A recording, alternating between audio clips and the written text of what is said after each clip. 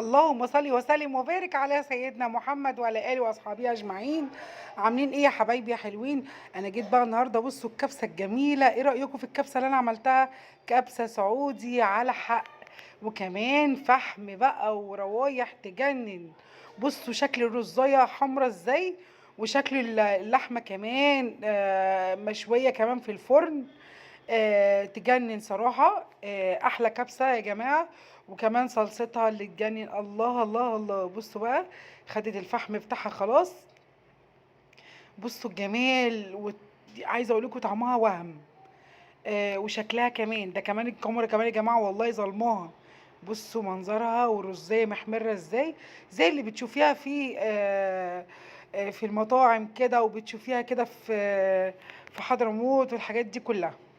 طيب يلا بقى بينا نقول بقى مع بعضينا المقادير. الله الله الله، ايه الجمال ده! الله، بصوا بقى، اخد صورة كمان معايا. يا سلام، احلى رز ده ولا ايه؟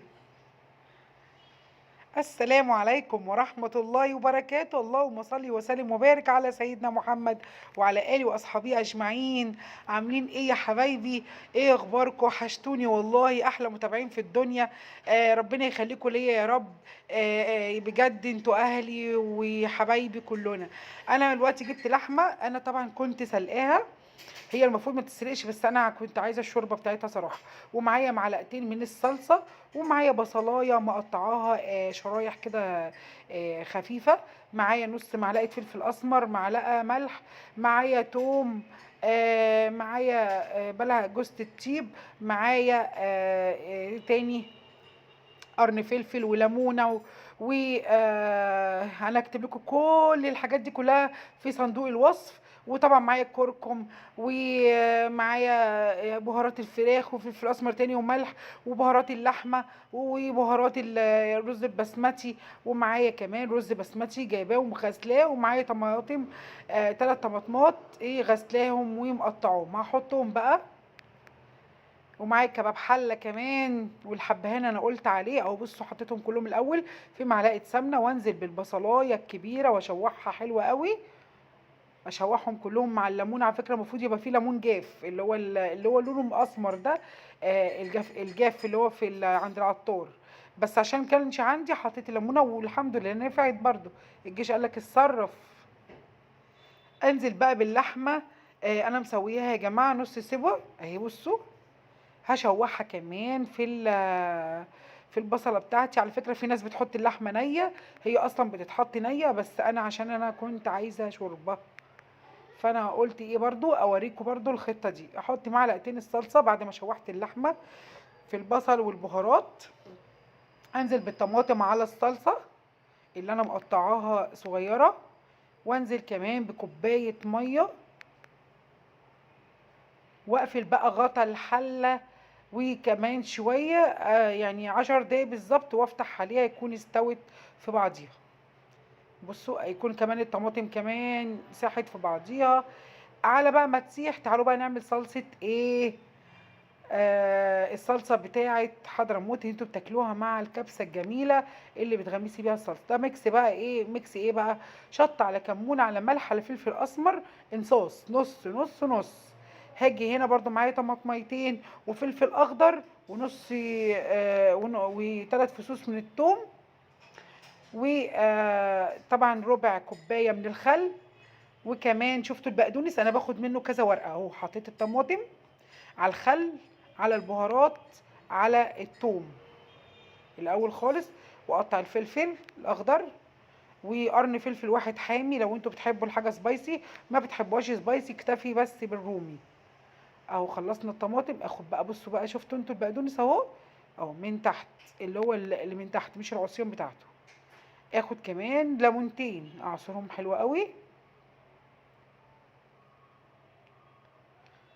واروح على الخلاط بقى بتاعي بعد ما اعصرهم، اضربهم ضربتين حلوين كده لحد ما تتفرم معايا. وكده الصلصه بتاعه الرز البسمتي اللي احنا بنغمس بيها، هي زي مثلا توميه زي بس هي المفضله بتاعه الرز البسمتي هي الصلصه دي.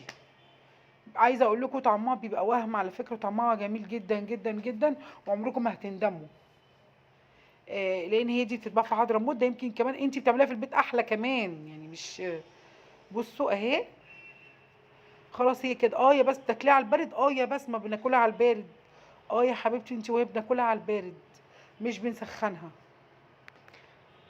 اهو زوقتها بقى كده. بعدين اخرج بقى اللحمه بتاعتي على ورقه فويل. اللحمه بتاعتي زي ما هي، شوفوا بقى الصلصه مغرقاها ازاي، دابت في الصلصه بتاعتها، ودابت في الطماطم والتوابل الجميله، الحبهان والورق اللورا والليمون والقرفه. يا عايزه اقول لكم بصوا الجمال. تحطي كده عود قرفه كده يخليك تعمل حاجه جميله جدا.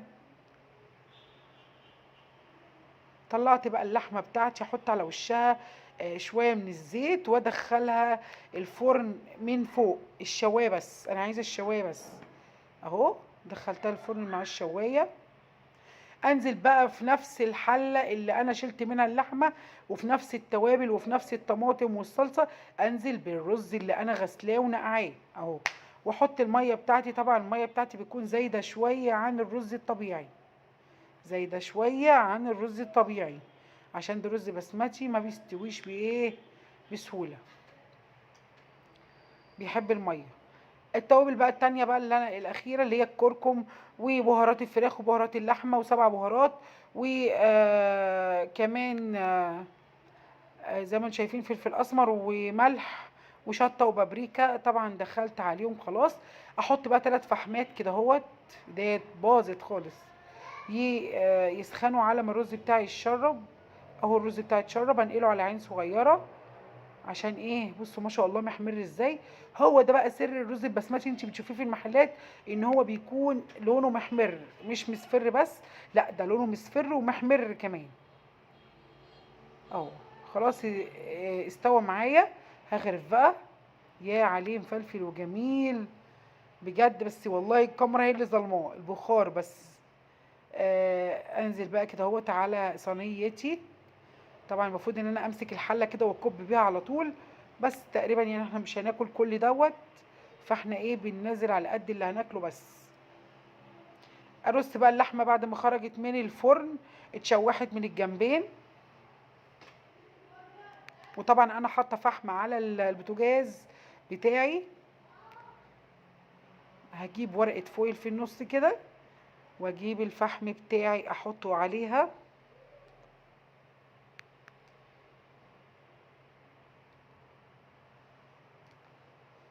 حطيت الفحم زي ما انتم شايفين،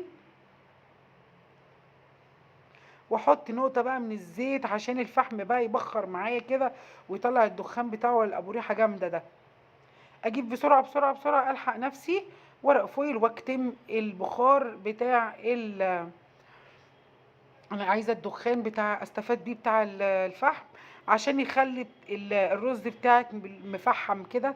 وريحته عايزه اقول لكم على الريحه، مش قادره اقول لكم، ريحه وهم وهم وهم، وريحه جميله جدا، واللحمه طعمها جميل جدا جدا. طبعا كانت غير اللحمه كانت غرقانه في الصلصه، ودخلت الشوت وخدت فحم كمان. عايزه اقول لكم طعمها جميل جدا، وكمان لما حطينا الصلصه على الرز كمان وعلى اللحمه ادت طعمه جميل. ويا رب يكون عجبتكم الحلقه، ويا رب يكون خفيف على قلبكم. ما تنسوش بقى اللايك والاشتراك في القناه، وتفعلوا لي الجرس عشان ينزل لكم جديد بجديد. الله الله الله الله. السلام عليكم ورحمه الله وبركاته.